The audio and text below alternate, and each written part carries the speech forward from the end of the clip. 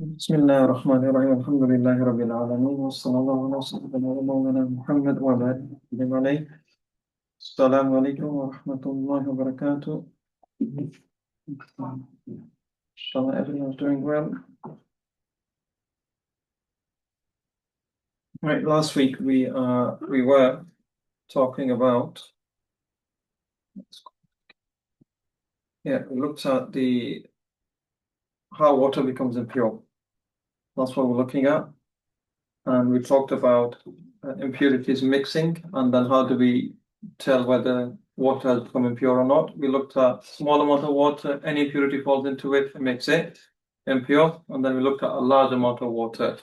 And how do we know a large amount of water? We said if you make ripples on one side and if it doesn't reach, on the ripples don't reach on the other side, then we know it's a large amount of water. And then you can make wudu on that side of the water where it doesn't reach. And the side where filth does fall into, we look at the signs of filth. Okay, color, smell, taste. Okay, if any of them are dominant there, then what do we say?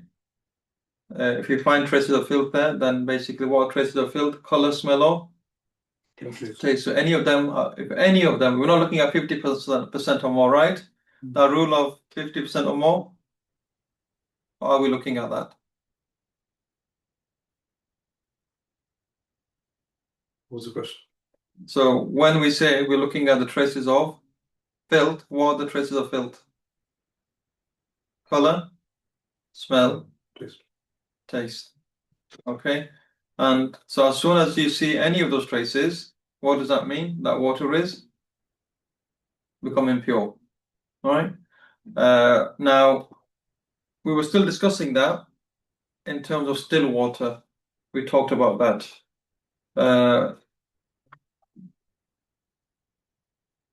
Now we're going to move on to flowing water. Flowing water, if filth falls into it, then wudu is permissible with it, provided no trace of filth is seen, because the filth does not remain stationary with the flowing of the water. So if it's flowing water, then what's going to happen with filth? It's going to flow with it. Flowing water is any water that is not used repeatedly. So you can say flowing water can be considered something that's not repeatedly used. And the reason for that is it's flowing. So if something can be reused repeatedly, then it means it's flowing. That's a descriptive way of describing it. But it's not fully accurate. You can probably argue that, okay, this water, I can't use it repeatedly, but it's not flowing. Right? So it is, or it can be said it is water that can carry away a straw. That's probably more accurate. Okay, a water which can carry away a straw, that is flowing water. At least something as light as a straw, it carries it away with it. That is flowing water. So what's the ruling of flowing water? Filth doesn't stay stationary with flowing water. It carries it away. So let's say a dog urinates, an animal urinates in a particular place. 5 minutes, 5 seconds after, what happens to that same place? The filth is no longer there. Why? Because it's flowing. It will carry it away with it. Unless what? You again see traces of filth, which are maybe there might be a rock in there or something and it just stuck over there. But otherwise, filth will get carried away. And the death of fish or insects in water, what do we say? The death of in water of anything which does not have blood flowing in it, such as bugs, flies, or wasps and scorpions, it does not render it filthy. Because what is a filthy element? It's the blood. If there is no blood, then it doesn't render it filthy then. Nor does the death of anything in it, meaning in water, which lives in water, such as fish, frogs, and crabs, spoil the water. The water is pure and purifying. Okay, so if because that's where they live, right? They live in water. So if they die in water, it doesn't spoil the water at all.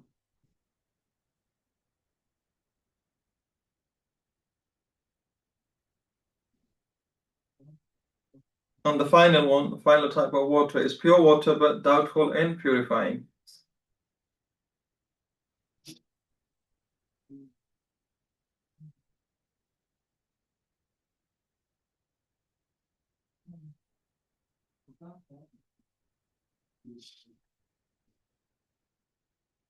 Next week so far what we've done, we'll just open Quduri. We'll just quickly read the passages from it. It won't take us long, but we'll just read it as well, just to what we've done so far.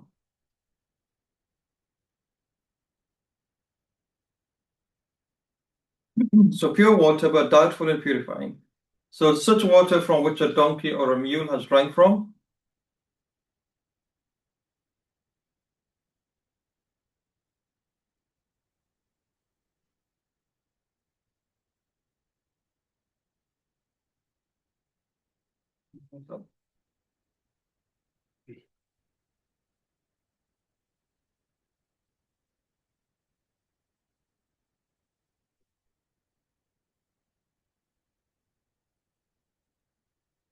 Okay, so anything from which an animal like a donkey or a mule has drank from, uh, if any of these animal, a donkey or a mule, drinks from it, then it is best avoiding this water for purification.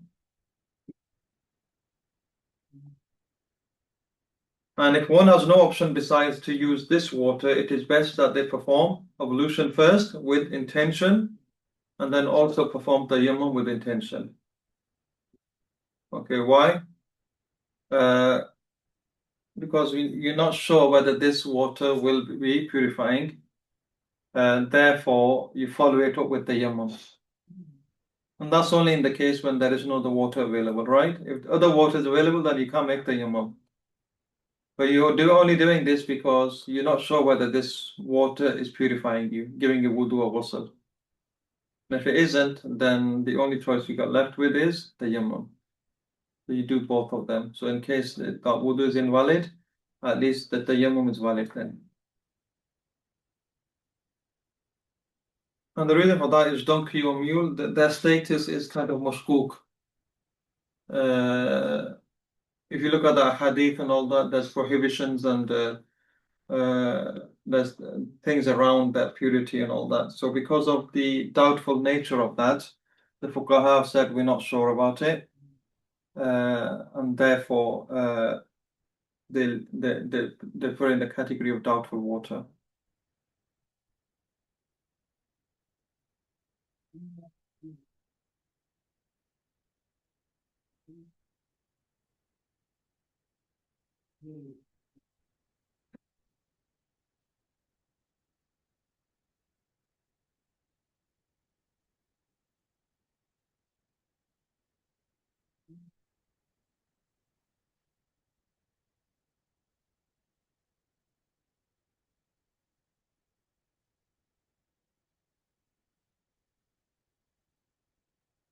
Okay, so a few questions. Okay, let's see. So if someone's filling a bucket from a tap and they're checking if the water's hot or cold by putting their hand in it, and they're in a state of major impurity. And the water falls into the bucket. Can we use the same water for ghusl, or does it become impure?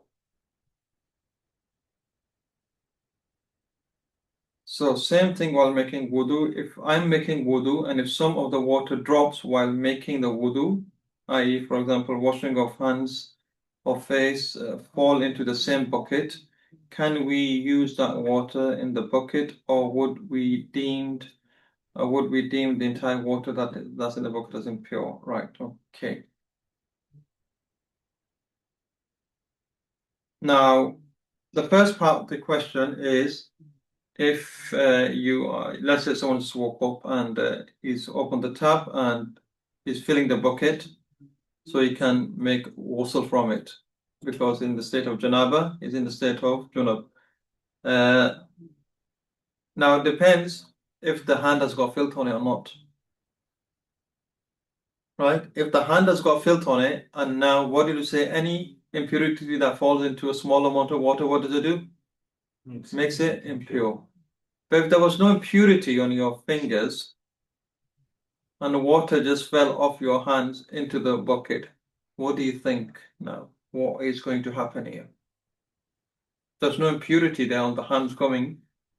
So what is actually happening then?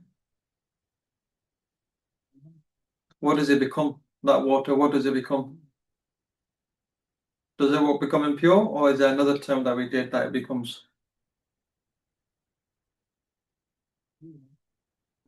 Think we covered this. If you haven't used it to make wudu or anything for yourself, it's still pure and purifying, no? Doesn't it to do with that intention? So is intention required?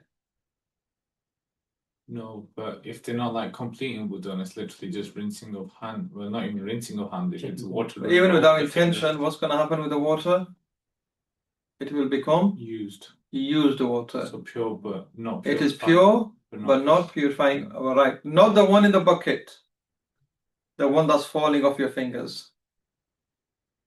Okay, so first it comes, it hits your finger or your hand. Now, first drip of water, what is it going to be? Going in the bucket, what is it going to be considered to be? Used water, right? Anything afterwards, hitting it, what is it going to be? Clean. Is it going to be used water? Or is it already purified your hand? It's already purified your hand. So that part of the hand is falling now. It's doing nothing. That water is pure and purifying. Now that bucket at the end of the day now has got the first drip of used water, and then the remaining is pure and purifying. So the first part of it was pure but not purifying, and the majority of it is going to be what? Pure and purifying. Then in that case, you look at the dominance. Which water is more? Pure, not purifying, or pure, but purifying? Which one is it going to be? Pure. Yeah, so the entire bucket will be what? Pure and purifying. And the second part, if someone is filling a bucket from a tap and then they're checking if the water's hot or cold by filling that, okay. Sorry, that is not so wudu. Okay, if I'm making wudu and some of the water drops while making the wudu fall into the same bucket, can we use that water in the bucket? It's the same ruling. So if majority of the water in the bucket is pure and purifying, then you can.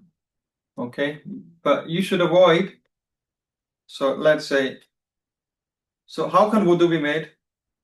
Remember, we said there's 3 ways. Number 1 is you scoop.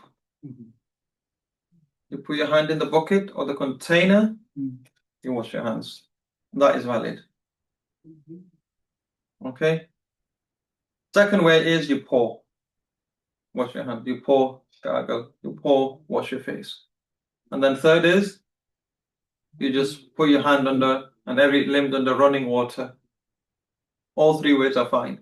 Now, if someone is scooping and splashing, and washing and all that, and part of that water is falling back into the bucket should be kept on the side anyway. It shouldn't be really under you. That's how it should be. That's the etiquettes, really. But if any water does end up going back in, remember the majority of the water is what? Pure and purifying. So it's going to take care of it itself. But you shouldn't allow it to go back into it. Why? Because there could be some impurity on you. If there is impurity, remember even a small amount of impurity will make a small amount of water impure. In that first example, then, would you not just wash your hands before you check the temperature of the water going into the bucket? That's what you would do. Yeah, then if you wash your hands, then your hands become clean, and then that's it. That's always the etiquette. So the Prophet said, when you wake up, remember the hadith we mentioned? When you wake up, before you dip your hands in the container, wash them, because you don't know where your hands have been. It's simple. It's telling the fact that they're having a jas on your hands. Because if you don't take care of that, then you're going to make the whole bucket impure.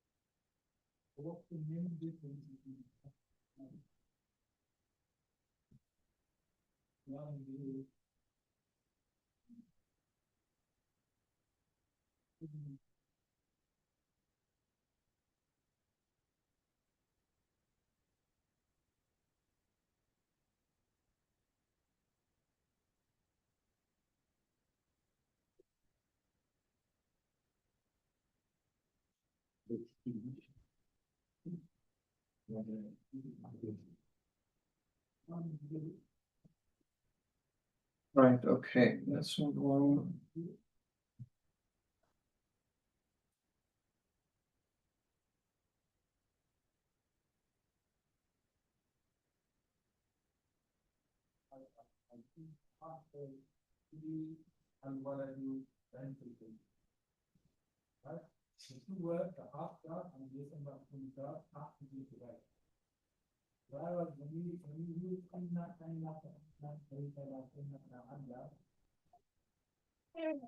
Okay, let's say you're scooping water and you're washing your linen 3 times.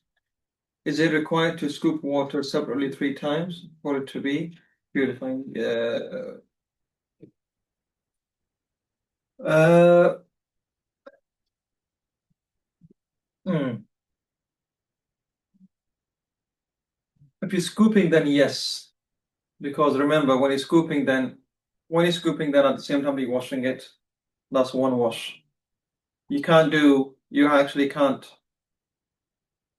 you can't really scoop and pour. Remember, rubbing is not required, by the way, right? What's required is for water to travel, move from one place to another. But normally when you're scooping, let's say you're putting it on your hand, are you going to be able to use that to wash the entire hand without you spreading it with your hand? It's not going to work. So when we say 3 washes, it's 3 separate waters. It's 3 separate waters. That's what 3 washings is. Now, when you're putting your hand under a tap, your hand is not involved. You're just doing this. Let's say you're just going like this once and then the hand is not involved really. You can just do this, put your arm through. That's a 1 wash. But then there's a lot of water going on it. Yeah, you can't achieve that with scooping water. Same with when you're pouring water. Let's say you're not using your hand. When you're pouring it, it has to let's say I'm just taking the example of the arm. When you pour it, you don't know how much you have to pour yet until it reaches everywhere. But if you pouring and then at the same time, let's say you pour and you do this, you're using less water. By using the hand to spread the water, you use less water. Yeah, so it is 3 separate waters. Now, there is a distinction made that can you can you do it with the same water when you inhaling water in the nose? They say yes. Why? Because normally what do? You take water in the nose, you clean the nose, you take the water, you clean it. As long as it's 3, what matters is 3 separate waters. Now you could have scooped it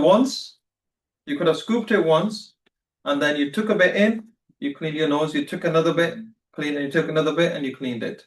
Taking it 3 times. Yeah, but that has to be, you have to make sure that it doesn't get mixed. Yeah, so there's issues there as well with that. So really, it is going to be what?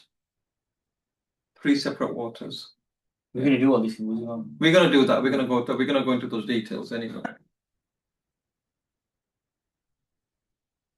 So yeah, for now, just stick to it is 3 separate scoops that you have to take to make sure the washing is done 3 times. Okay, so when we say 3 washings, it means water touches the limb and it reaches everywhere it needs to. That's 1 wash. Then the same thing happens and water reaches everywhere it needs to reach on that limb. Yeah, that's how it has to be. There are some exceptions, like I mentioned, between the gargling and the rinsing of the nose. There are in those cases, one of them is allowed, where you can just take 1 scoop and then you do 3 takings from that. Okay, but not generally in other cases. Why? Because in that case, you're inhaling water. You're not doing, like, for example, you're taking water and gargling your mouth. You got 1 scoop, you took a bit of water from down your mouth, you spit it out. Another one, you spit it out. Another one, you spit it out. In that case, it's sufficient water to do the washing that you need. But in other cases, it's not going to be sufficient water. Right. In the case of the donkey being the donkey leftover water of donkey, the reason for that is because there are certain narrations which kind of indicate where the Prophet ﷺ forbade from eating the donkey's meat.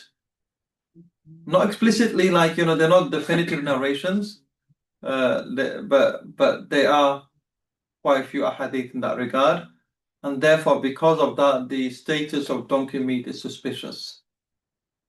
When it's suspicious, then ulama tells to take caution. Okay, therefore, the leftover donkey water is doubtful in its purification. Horse is not the same, by the way. Remember we said about the horse that's clear? The horse is not the same as donkey. Remember we said Imam Muhammad said the urine of horse is pure. Okay, because he gave analogy to the camel incident. Okay, but when it comes to the meat of horse versus the meat of the donkey, there's a big difference. The fuqaha generally allow the horse meat. There's no prohibition, but there are prohibitions on donkey meat. Narration to that respect. So they're two different things. So leftover water of a horse is what? Is pure. Okay.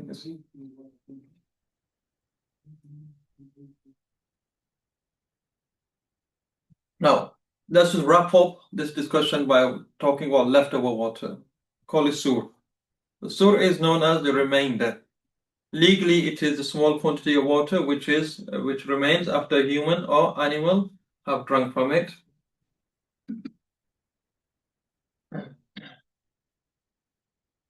It's sur or sur? Sur. Okay.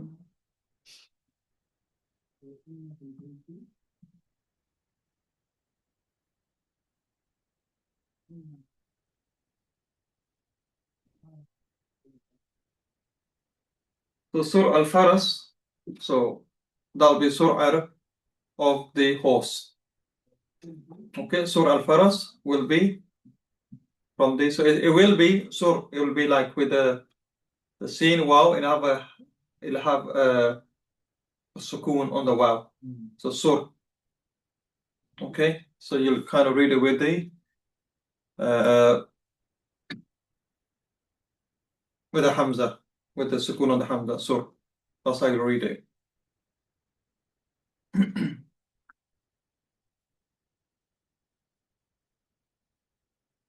So you can have sur al-faras, meaning the leftover water of a horse. Okay, for example. So this means that the water of a river or an ocean cannot be termed as sur.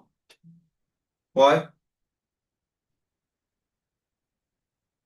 The sur refers to, technically in the fiqh discussion, we're talking about leftover water.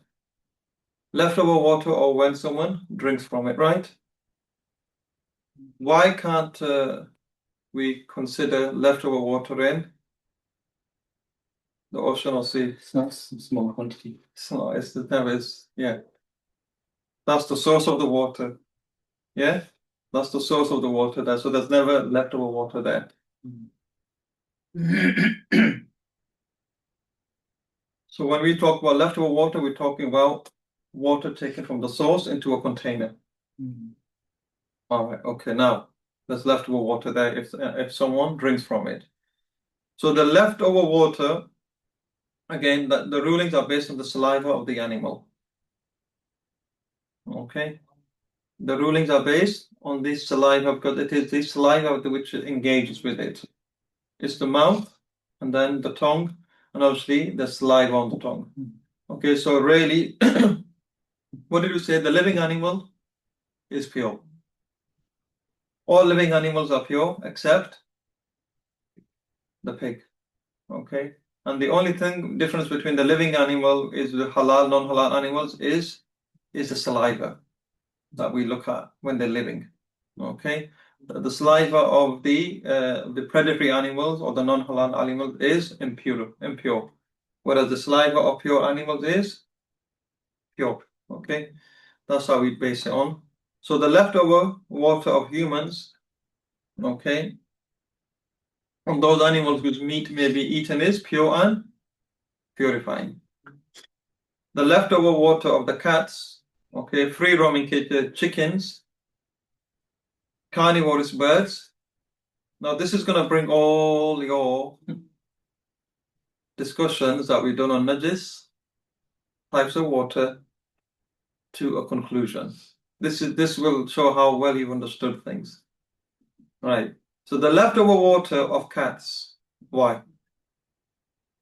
Because cats are predatory animals.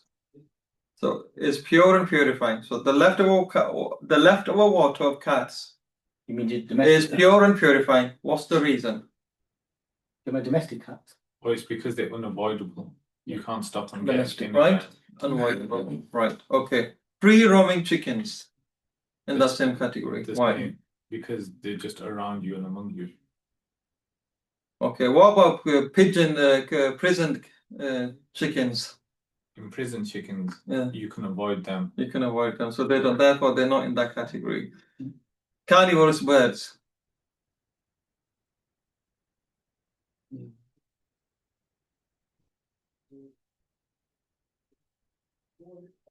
They were in flight, they can't be avoided. Is that right? No. All right, go on. That Carnivorous birds. Yeah.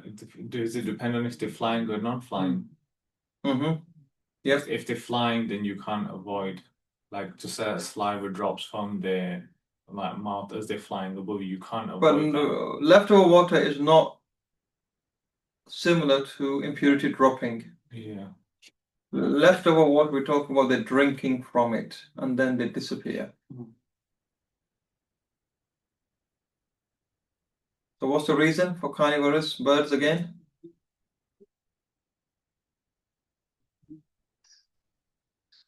Their saliva, because they themselves are haram to eat. It's the same reason that we gave in the najis. You know, when they're flying, can you avoid their droppings? No. Okay. But So when they are again stopping by, drinking from your reserves, water reserves, you can't avoid that either. Same reason, so it's unavoidable. But they generally don't come down among people and drink, no? But they might come down. When they're thirsty, let's say, they can't find any water, they might be popping down, saying hi to you. The same reason, unavoidability. That's what it is. And domestic animals such as snakes, again, and rats, is disliked when pure water is available. However, it's pure and purifying. Okay. The leftover water of dogs, pigs, and carnivorous beasts is impure because their saliva is impure. The leftover water of the donkey and the mule is pure but doubtful in its purification because of the status of donkey being mashkuk, suspicious. Okay, that's the ruling on that. Now let's go to wells. Do we have a case for wells, studying wells these days or no? Still in villages though. Still in villages, and if nothing, then it's a mental exercise to understand the fiqh a bit more. It's a way to exercise your fiqh that you've learned so far, at least to exercise it. But in villages, it is still a use case. So now, when it comes to well, we will look at the following things. Impurity falling into a small well, impurity falling into a big well. Okay, now, when it's a big well, then dung and droppings. That's one thing we're going to look at, falling into a big well. Then we're going to look at animals, birds dying in the well. Then we're going to look at when animal falls in the well, but it comes out alive. But again, in all of this, what we're going to be practicing is what we've learnt so far. This is one thing you're going to realize. So it's a good exercise. When animal dies in the well and becomes bloated, straight away I can ask you a question. When impurity falls into a small well, what do you think the ruling is, based on what we've learnt already? Impure. Why? Because what's the analogy here? Standing water. Standing small amount of water. Unless it's the one well, then you can chuck in dead dogs, clothes with period blood on it, and then it's still pure for some reason. Still pure for some reason. Why? Because It it's still hasn't affected change. The thing is, don't all wells have that thing where the water goes past it? That's the whole point. The water keeps coming. it depends how frequently it happens. You see, if there's a spring coming under it, Yeah. sometimes it could be rainwater or other. If there's a fresh spring under it, it's how frequent it is. Sometimes the well will be dry for So if you go right, okay. And then it's just the standing water that's that Yeah. rain and stuff. and it's not refreshing itself. You know, they sort of But sometimes there's a fresh spring running under it, always water running, because it's connected to the sea and all that. Whereas sometimes the well might be fed by rainwater. I'm just trying to think of it like in Pakistan. I remember, like, obviously most of the wells, if they dry up, then they stop using it, and it's the underground streams that go underneath that connect to the wells, and that the water will keep coming. It depends really what kind of what's fed from, where is it fed from. And then we're going to look at pig falling into a well, bichara. It's always penalized. Is it a bachara though? And the things that don't render the well impure, what would that be? So far what we discussed. Flying birds pooping in it. No. No. Okay, and if I'm going to withdraw water, all of the water, what do you do? Bucket size and all that. Rulings regarding prayers. This is what the discussion is when it comes to wells, but you're going to learn things from it, even if there's no use case for using wells where we live, but you'll still learn something from it. Now, when it comes to the small well, impurity falling into a small well, all the water is to be withdrawn from the small well. If an impurity falls into it, even if the impurity is as small as what? A drop of blood or alcohol. Because the ruling is any impurity that falls into a small amount of water, it renders the entire water impure. Any animal, bird falls in it and dies. Animal dung or bird droppings. Now, this is because a small impurity renders a small quantity of water impure, and even if it does not visibly appear in the water. You don't look for signs. It's simply rendered impure by filth falling into it. An analogy would imply that it is polluted due to the falling of impurity in a small amount of water. And okay. Oh, sorry, we've moved on. However, if one or two droppings of camels or goats fall in it, then they do not pollute the water on the basis of istihsan. So what is istihsan? So istihsan, so you all know what qiyas is, right? What is qiyas? No, Meaning what? Analogy meaning? like it's a different situation, but you use a previous hadith that was similar to it to draw an analogy or a similar. So basically it's, you're drawing ruling from a similar case. Okay, where the reason is the same. If the reason is the same, then the ruling will most likely be the same. So when alcohol is prohibited, why? Because Quran mentioned, it gives the reason. Why? Because it's intoxicating. So anything which is intoxicating by analogy will also be prohibited. That's qiyas. Okay, that's analogy. Istihsan is, you do that, but then you get a ruling which is, oh, this is not desired. You did an analogy, but then the result of that is, it's going to cause hardship. For example, there might be a medicine which might be life-saving, but it's intoxicating.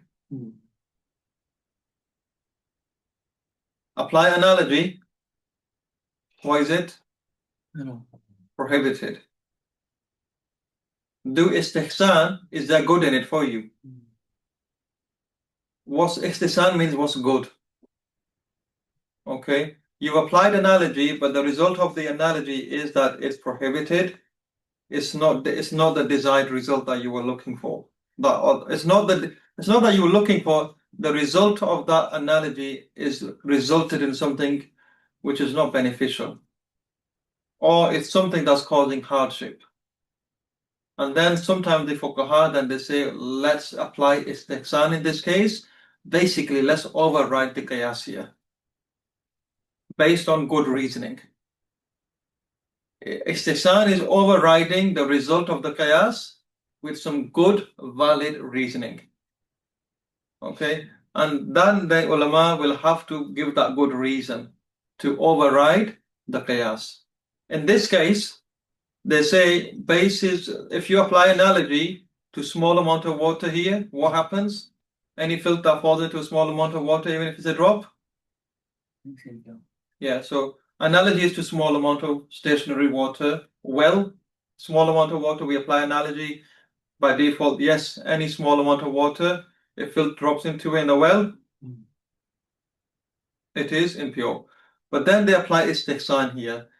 But you can't compare stationary water and then, the wells, because, around the wells, the animals, they roam around it and the mouth is open. You can't protect it.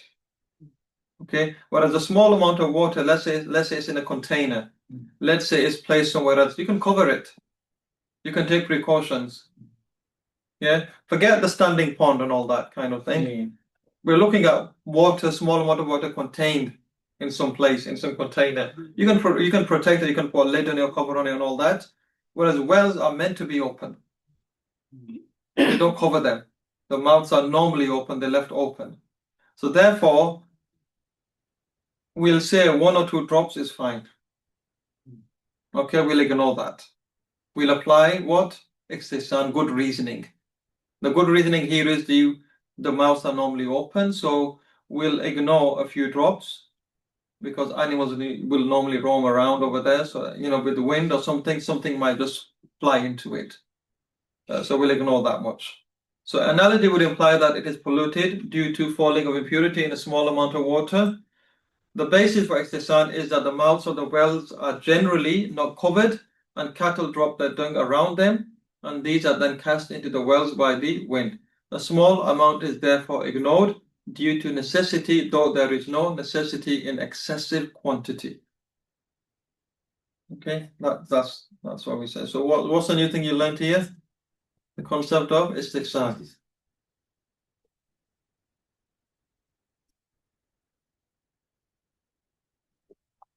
Now, in a big well, dung and droppings. When dung and dropping falls into a big well. So the water of the well is not made impure with the dung of camels, sheep, horses, mules, donkeys, and cows. Okay. Unless it's in excessive amount and that's visible. What is the dung of these animals normally? What's the status of it? Cow, sheep, horses. So these are all what? Like halal animals. What's the status of the dung? Impure. Which impurity is it? Major. We're revising as we go along now. Zakaria, you've been leaning for a while now. We need to see you in action. Still asleep.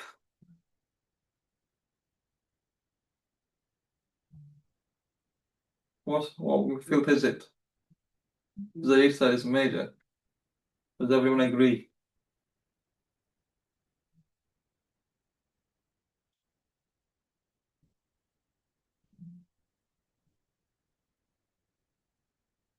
No comments. No one's sure now. It's minor. Would it be because it's a halal animal?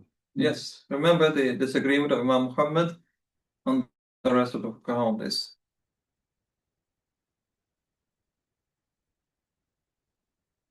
Okay, so it's minor. But it is still filth. And minor filth or major filth doesn't matter. If it drops into water, it makes it impure. However, when it comes to the wells, okay, so the water of the well is not made impure with dung of camels, sheep, horses, etc., meaning halal animals, unless it's excessive amount and it's visible. Excessive quantity is what one looking at it considers excessive. as reported by Imam Abu Hanifa, and this is the relied upon opinion. When you look at it and you think this is too much. It's a cow, it's going to be too much.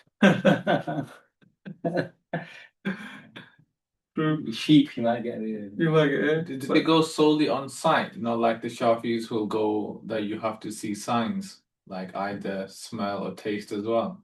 They just go solely on sight. If it looks like there's too much, there's too much. It's descriptive, yeah. Okay. There's a few ways they mention, okay. Or they say, so Imam Abu Hanifa, remember, his policy is always that I leave it to the person who's involved to judge. He knows best.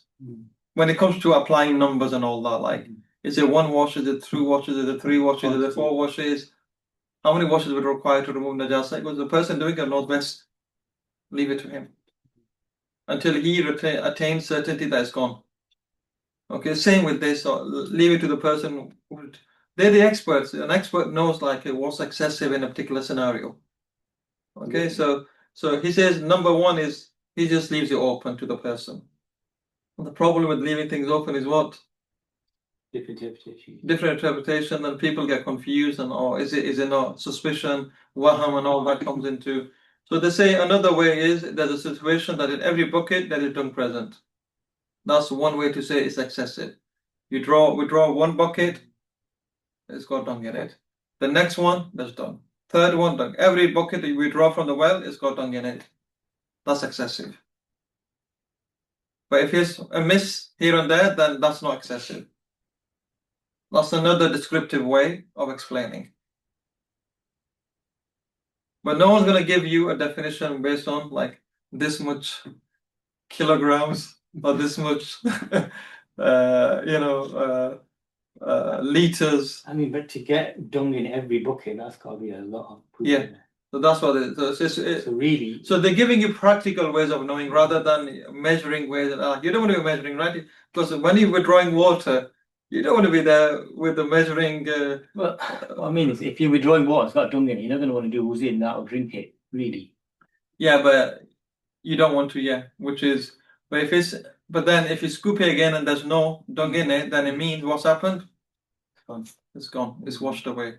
You can do it. Yeah. Or maybe whatever was there, you took it out. Mm. And there is no more Dung. filth in there.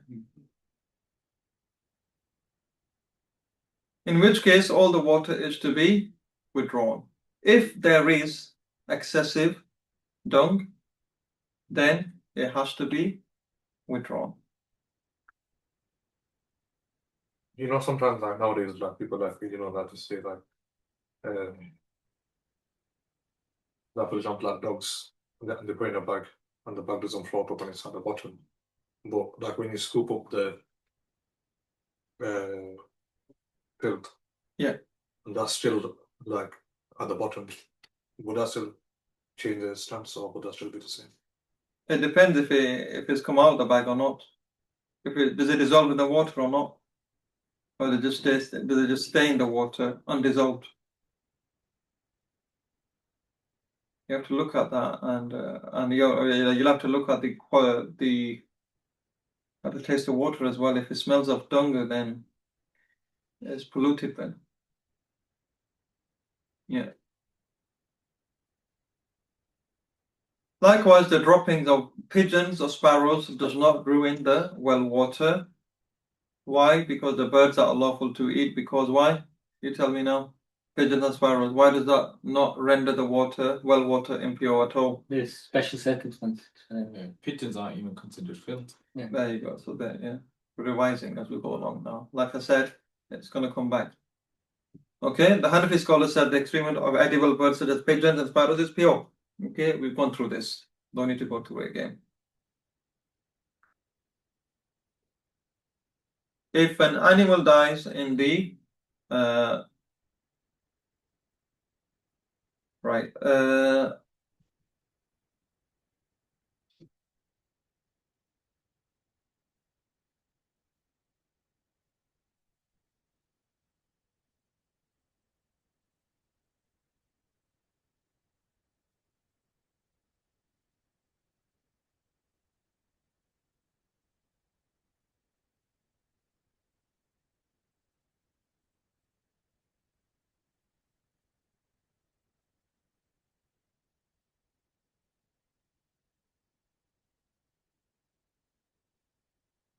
sometime, but it's going to be the same case.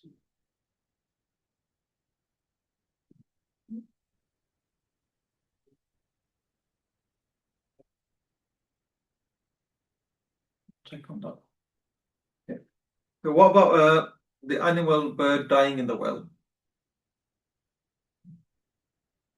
Now, if an animal dies in a well, then there are three categories with regards to the legal ruling on how much water is to be removed based on the size of the animal. And this is big well, by the way, right? Small well, we already know. Small amount of impurity makes it impure. Small amount is excused, but excessive amount is not excused in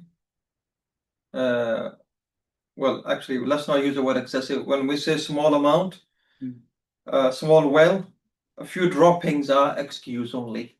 Just a few droppings, okay? I don't want to use the word excessive because excessive is to do with the large well. Okay? Now, with regards to animal dying in the well, we got three things to consider: a small animal, or medium, or a large. Okay. So if it's a small animal like a mouse, a sparrow, a wagtail, a king, crow, or gecko dies in the well, between 20 to 30 buckets are emptied out from the well, depending on the largeness or the smallness of the bucket. This is considering a medium-sized bucket, okay, that they used to use, okay? If it's a medium animal, a pigeon, chicken, or a cat, that's considered to be a medium animal, dies in it, between 40 to 50 buckets are emptied out from it, from the well. And if it's a large animal, like a dog, a goat, or a human being, dies in it, all the water that is present in the well is to be drained. That's the ruling on it. And it is reported that when a man died in Zamzam water, this is what Ibn Abbas and Ibn Zubair, may Allah be pleased with them, ordered with many of the companions present with no objection. Okay, so when a man died in the Zamzam water, that's what they ordered. Empty the entire well. Equally, with respect to the dog, death is conditional because it is completely pure with the exception of its tongue, which means if the dog does not die in the well and it exits the water with its tongue not touching it, then the water remains pure. Okay? This we're talking about when something dies. You know, you say you take all that water. I'm assuming you have to take that animal out as well. No, you don't. You don't. You leave that animal in. Have to, of course. Yeah. You have to. So you take the Yeah, animal out that- first. So you take the animal out first, and then you withdraw water What from means it. like a little gecko falls in, Yeah. you can't find it. You take out 20, 30 buckets. Whereas it, what you mean? Small You're animal. not gonna know until you withdraw the bucket and you found the. You keep going till you find it. No, you're not gonna know if there's something in there. Oh, okay. So not in terms of seeing it fall in, but just Yeah, let's say withdrawing it, let's say find you it. withdraw and you found a gecko in there. okay. That's how you're gonna know about it. Or you actually can see it. See it there. Yeah. Yeah, and if you can see it, then you can take it out then, right? Yeah. And if you just suspect the water to be polluted and you can't see the animal, and the reason you suspect it that it's the smell and all that, then you will have to take a guess there. What is possibly in there? And then based on your best guess, then you will withdraw water accordingly. It's just like decomposing, won't it? Water. Yeah. But yeah, it might be completely decomposed. Or it might be like stage 4 or something like that, right? Where you're not going to really find the animal as a whole, but you might find parts coming out of it. There might be limbs or, just certain, certain things of the animal just all separated, and then, that might be coming apart in the buckets. So in those cases, you make your best estimate and then you act accordingly. But we're talking about an animal dies in there. Okay, different sizes based on that, different bucket sizes. Based on that, different buckets have to be amount has to be withdrawn from the well. That's when the animal dies in the well.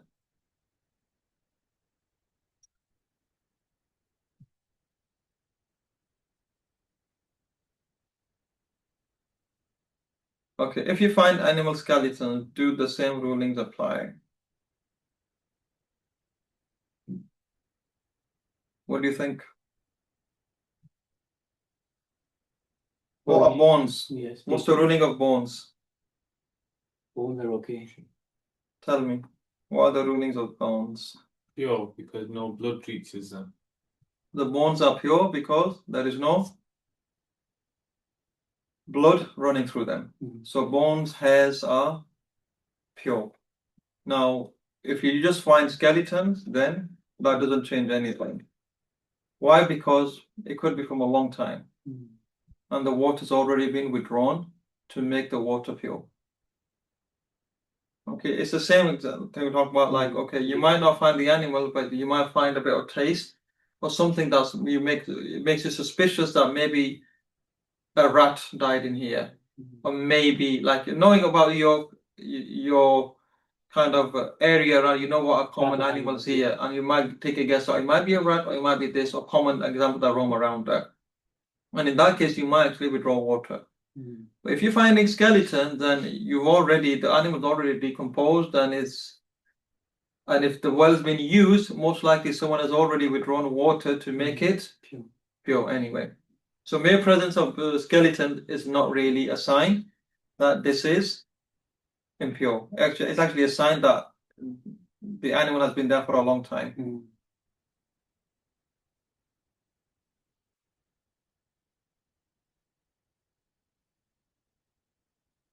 Okay, if animal birds fall in it but come out alive now, what's the ruling?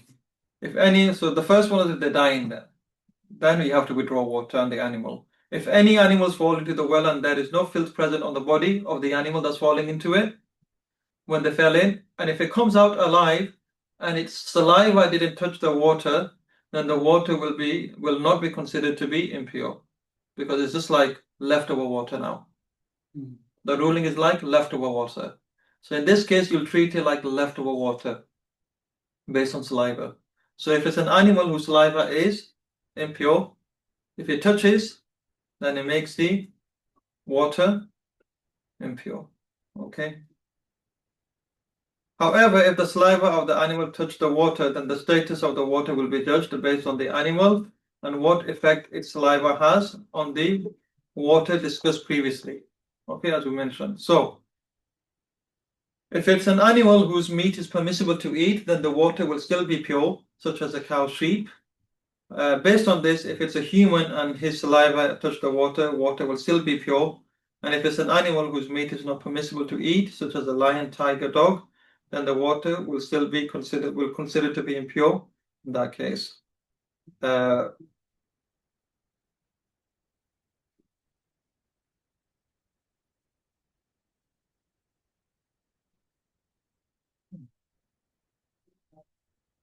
Wonder where Sheikh is. No message. See.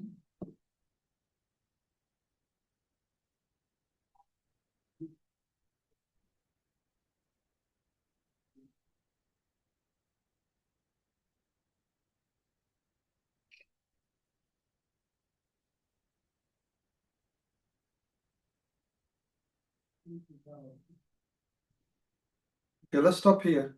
You do need a break, and then I'm not sure. Sheikh should be here any minute now.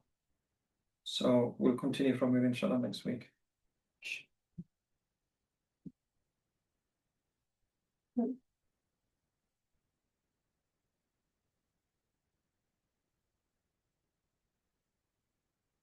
So take a quick break, and I'm sure Sheikh will be here anytime soon, and then we'll start within 5 minutes. Sheikh being inshallah.